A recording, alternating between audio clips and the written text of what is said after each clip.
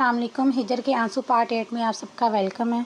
वो लब बेंचती उठी और जो ड्रेस हाथ लगा वो खींचती वो वॉशरूम की सिमत बढ़ गई।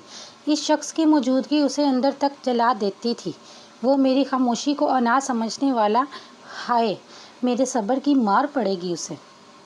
कुछ देर बाद वो निकली और खामोशी से ड्रेसिंग टेबल के सामने जा रुकी, जबकि वो अभी तक कमरे में मौजूद लैपटॉप टेबल पे रखे झुके झुके उस पे कुछ देख रहा था। उसके कमरे में मुसलसल मौजूदगी उसके अंदर वहशत से बढ़ रही थी। वो जल्दी से बाल सुलझाने लगी कि जल्द अज जल्द इस जिंदान से बाहर निकले, जिससे रिहाई अब नामुमकिन थी।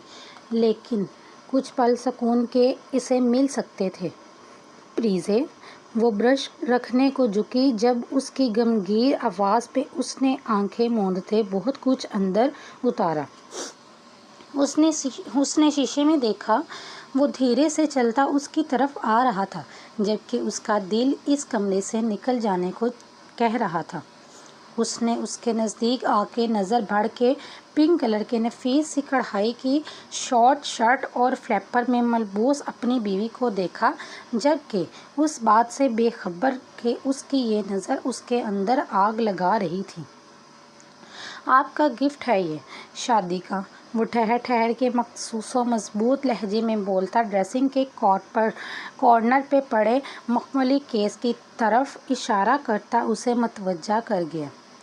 उसने पल भर को इस केस को देखा और फिर इस्तेहज़ाइया अंदाज में उसकी आंखों में आंखें गाड़ते कहा, वो क्या है ना कि मिस्टर ज़ावियर अब्बास, पिछले कुछ अरसे से आप मुझे ज़िल्लत के ऐसे तोहफ़े दे चुके हैं कि अब किसी तोहफ़े की तमन्ना नहीं रही। ठंडे ठार लहजे में उसने अंदर की आग उगली। आप मुसलसल मेरी इंसल्ट कर रही हैं प्रीज़े, उसने पलटती हुई प्रीज़े की कलाई मजबूत हाथ में जकड़ते अक्कड़ अंदाज में कहा, और तुम मुझे मुसलसल अजियत में मुब्तला कर रहे हो अपने लम्स से। मैं अंदर मौजूद हूँ तो सिर्फ तुम्हारी वजह से। यहाँ से खाना मेरी मजबूरी है, लेकिन तुमसे तोहफ़े लेना मेरी मजबूरी नहीं है।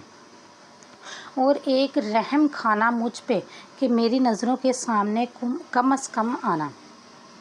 तुम्हारी मौजूदगी और तुम्हारा लम्स, बल्कि तुम्हारा एहसास सिवाय तज़लील या वहशत की कुछ नहीं मेरे लिए। वो बड़ाई आवाज़ में कहती इससे बाजू छुड़वाती बोली, जबकि उसकी आंखें ज़ब्त से सुर्ख पड़ रही थी। माथे की तने हुई रगें और हाथों के बीचे हुई मुट्ठियाँ उसके ज़ब्त की गवाह थी। इस कमरे या इस घर में मेरी मौजूदगी जिस रिश्ते की वजह से है, वो रिश्ता मेरे लिए कुछ भी नहीं है सिवाय एक ज़िल्लत भरे एहसास के। इसलिए कभी मुझ पे या मुझसे मुतल्लिका चीज़ों पे इस रिश्ते के नाते हक मत जताना। वो चबा चबा के कहती आंसुओं बड़ी आंखों से उसे वार्न करती पलटी और वहाँ से निकलती चली गई, जबकि वो गुस्से से अपना हाथ दीवार पे मारता अपना गुस्सा ज़ब्त करने लगा कि वो चाहने के बावजूद अपने गैज़ लानशाना इस लड़की को नहीं बना सकता था, जो लम्हा बा लम्हा उसे ना करदा गुनाहों की बदौलत मट्टी किए जा रही थी। जैसे दामन से कोई खाक झटक दे साईं, इसने यूँ तोड़ा है रब्त शनासाई का। वो लाल अंगारा होती निगाहें शीशे पे मरकूज किए गहरे सोच में गुम था। Your daughter in law looking so pretty and gorgeous. Sir झुकाए उसके कानों में ये अल्फाज गूंजे, बल्कि इस तकरीब में इस तरह के बहुत से फ़िक्रात उसके कानों में गूंज रहे थे। लेकिन वो बेतासुर अंदाज में बैठी अपनों का इंतज़ार कर रही थी, जो अभी तक नहीं पहुँचे थे। ऑफ वाइट मैक्सी नेट के नफीस और स्टाइलिश सी फ्रॉक में मलबूस लंबे घने बालों का ऊंचा जूड़ा बनाए, वो मैचिंग ज्वेलरी और मुतनासिब मेकअप में सोगवार हुस्न में लिपटी ऑफ वाइट 3 पीस में मलबूस ज़ावियर का साथ लिए महफिल को लूट रही थी। उसकी सास ना जाने किन किन लोगों से उससे मिलवा चुकी थी। चौके फंक्शन में पूरे शहर की क्रीम शामिल थी, इसलिए वो चुपचाप रोबोट बनी उनके इशारों पे ज़ब्त से चलती जा रही थी। ज़ावी, तुम इतने उखड़े उखड़े क्यों हो? उसके कानों में एक अनजानी सी आवाज़ ने धड़का लगाया। کہ اس کے ساتھ کھڑا شخص اگر خوش نہیں تھا تو وہ خوش ہونے کا ناٹک بھی نہیں کر رہا تھا۔ وہ شاید اس کے کمرے میں کہیں لفظوں کی وجہ سے ایسے بچھڑے انداز میں تقریب میں موجود تھا، جبکہ اس کا ایسا انداز اس کے نہ چاہتے ہوئے بھی دل دہلا رہا تھا کہ اس کا یہ انداز بہت سو کو متوجہ کر رہا تھا، اور وہ بچھڑے سے اور وہ پھر سے اپنی عزت کی بحالی کے لیے دعائیں مانگنے لگی۔ وہ لاکھ کوششیں کر لے یا ڈرامے کر لے خوشحالی زندگی کے، لیکن یہ شخص اس کوشش میں دراڑیں ڈال رہا تھا۔ وہ لمحہ لمحہ اپنی عزت کے لیے دعا کرتی پریشان بیٹھی تھی۔ تو کیا اب بھنگرے ڈالنے لگ جاؤں؟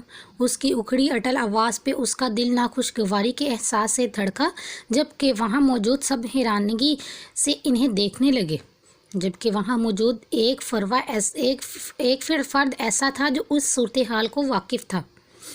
یار شادی ہے تمہاری، تھوڑی اسمائل ہی دے دو۔ اس کا کزن اس کا انداز دیکھتے تھوڑے ہلکے پھلکے انداز میں بولا تو وہ اپنے مغرور انداز میں بولا، اسمائل دے رہا ہوں، اور خوشی مسکراہٹوں میں ہی نہیں پڑی۔ اس کی بات پہ اس کی چچی نے جلدی سے ماحول خراب ہوتا دیکھ کے جلدی سے آواز لگائی، لیں بھائی پریزے بیٹا، آپ کے گھر والے بھی آ گئے۔ ان کی نرم آواز پہ وہ جلدی سے انٹرس کی طرف متوجہ ہوئی جہاں سے اس کے گھر والے داخل ہو رہے تھے۔ وہ بے چینی سے اپنی جگہ سے اٹھی اور ان کی طرف بڑھنے لگی، لیکن پھر احساس کرتی وہیں رک گئی۔ وہ کچھ ہی لمحوں بعد ان کے نزدیک آئے اور اس سے ملنے لگے، جبکہ وہ زاویار کی وجہ سے پریشان ہوئی کہ اب وہ نہ جانے مزید ان کے ساتھ کیا تماشا کرے گا، لیکن خیریت ہی رہی کہ ان سب سے بڑی نرمی کے ساتھ ملا۔ وہ گھر والوں سے مل کے فارغ ہوئی تو اپنے دوستوں پہ نظر پڑی تو اسے خوشگوار حیرت نے آن گھیرا کہ کم از کم ادھر ان کی موجودگی کی توقع نہیں پا رہی تھی، لیکن انہیں کچھ دیکھ کے وہ بہت خوش تھی۔ اس کے چہرے پہ پھیلتی خوشی، وہ اس خوشی کا باعث دیکھتے زاویار نے اس کی گینگ پارٹیز کی طرف دیکھا جن کے ساتھ وہ بہت خوش دکھائی دے رہی تھی۔ زاویار میڈیا والوں کو تصویر چاہیے، اس لیے پریزے کو ساتھ لے کے آ جاؤ۔ کھانے کے بعد عباس صاحب اسٹیج کی طرف آتے بولے، جہاں کچھ دیر پہلے ہی وہ کزن کے ساتھ آتا کھڑا باتوں میں مگن تھا۔ ان کی بات پہ اس کے ماتھے کی تیوڑیاں چڑھی اور پریزے بھی اس صورتحال سے بیزار ہوئی۔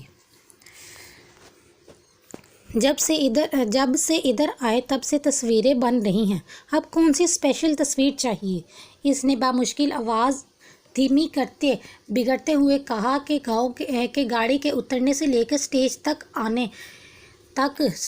آنے تک وہ دونوں میڈیا کے کیمروں کی زد میں تھے۔